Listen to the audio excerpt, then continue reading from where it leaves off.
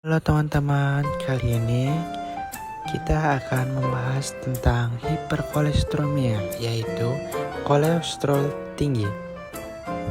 Kami dari kelompok 2 dari Universitas Indrapastra PGRI, yaitu saya sendiri, yaitu Ren Muhammad dan Emi Florinda Rabunau. Definisi hiperkolesteremia yaitu kolesterol merupakan zat lemak berupa lilin yang dihasilkan oleh hati dan berasal dari makanan seperti kuning telur, daging ayam, makanan laut, susu. Tubuh memerlukan kolesterol untuk membentuk zat-zat sehat, memproduksi hormon, dan menghasilkan vitamin D. Dalam keadaan normal, kolesterol dibentuk dalam tubuh sejumlah 2 kali dari kadar kolesterol yang dimakankan kadar kolesterol dalam darah, dan jaringan digunakan sebagai komponen dari struktur sel, hormon, dan vitamin. Namun, sebagai kolesterol kembali ke dalam hati untuk diubah menjadi asam empedu, dan garamnya pada akhirnya sebagian akan dibuang melalui cinja atau feses. Kolesterol sebenarnya tidak larut dalam darah sehingga harus diangkut dalam bentuk lipoprotein.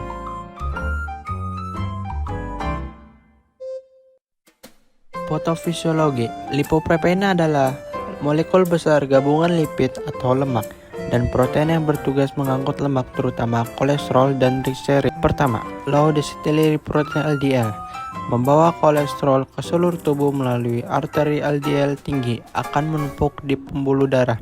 Kolesterol jahat karena ia bersifat sangat heterogenetik, yaitu menyebabkan proses aterosklerosis koroner atau penyumbatan dan pengerasan. Kedua, kolesterol terbaik yaitu mencegah proses eksterolisosis dengan membawa kolesterol dari pembuluh darah atau jaringan lain hati untuk dibuang sebagai asam empedu. Ketiga, intermediate density lipoprotein atau disebut IDL. IDL lebih ringan dari kolesterol LDL. Mereka adalah produk lipoprotein densitas sangat rendah. Ketika mereka rusak, ketika IDL mengalami pecahan lebih lanjut, itu menghasilkan partikel kolesterol LD, very low density lipoprotein, atau yang disebut VDRL, atau kolesterol yang sangat jahat. Lipoprotein ini jenis bahkan lebih ringan dan sebagian besar dikonversi menjadi LDL, tetapi memiliki efek yang sama, merugikan pada sistem peredaran darah.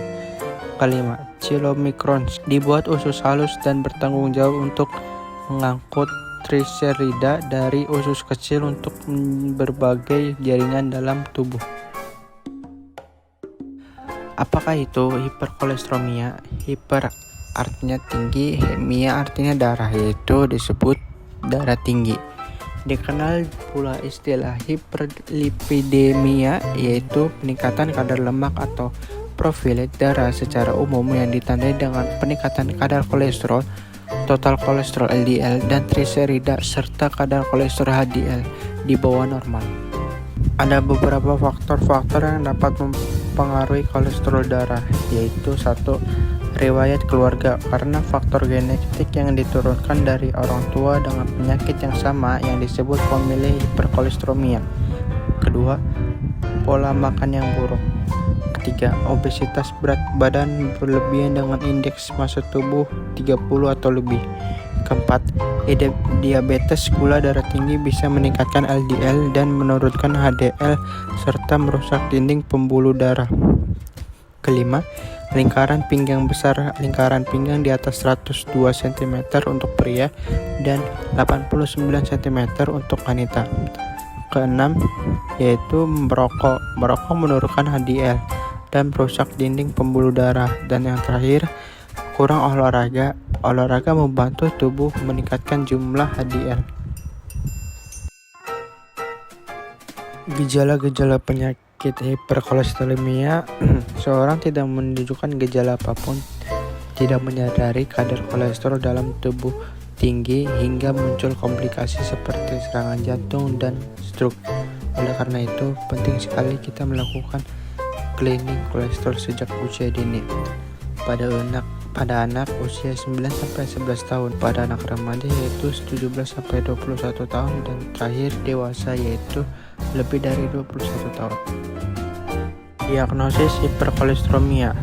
Kadar kolesterol yang normal pada orang dewasa yaitu sebagai berikut: LDL 70-130 mg desiliter, HDL lebih dari 60 mg desiliter, trigliserida kurang dari 150 mg desiliter, kolesterol total kurang dari 200 mg desiliter.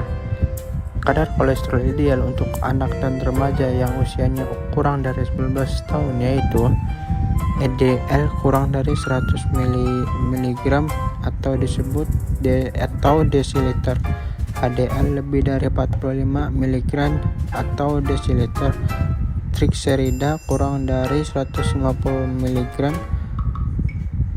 atau desiliter, kolesterol total kurang dari 170 mg desiliter.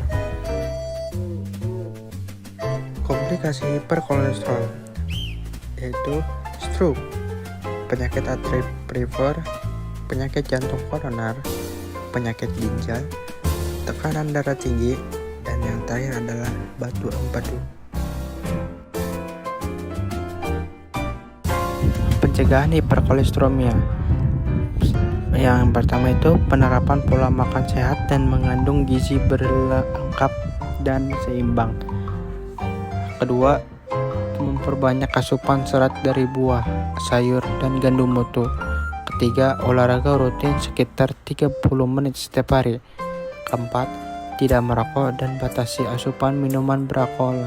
Kelima, mendapatkan cukup istirahat. Keenam, jaga berat badan tetap ideal. Ketujuh, kelola stres dengan baik. Kapan harus ke dokter? Usia anak disarankan untuk melakukan pemeriksaan kadar kolesterol setiap 5 tahun sekali. Bisa dimulai pada kisaran usia 9-11 tahun. Sementara itu, orang dewasa dengan usia 21 tahun atau lebih, pemeriksaan kolesterol sebaiknya dilakukan setiap 4 hingga 6 tahun sekali. Pemeriksaan kadar kolesterol harus dilakukan lebih sering untuk orang dengan kondisi seperti berikut, yaitu memiliki riwayat hiperkolesteremia dan masalah jantung koroner dalam keluarga. Selanjutnya, mengidap masalah kesehatan jantung. Dan terakhir, memiliki berat badan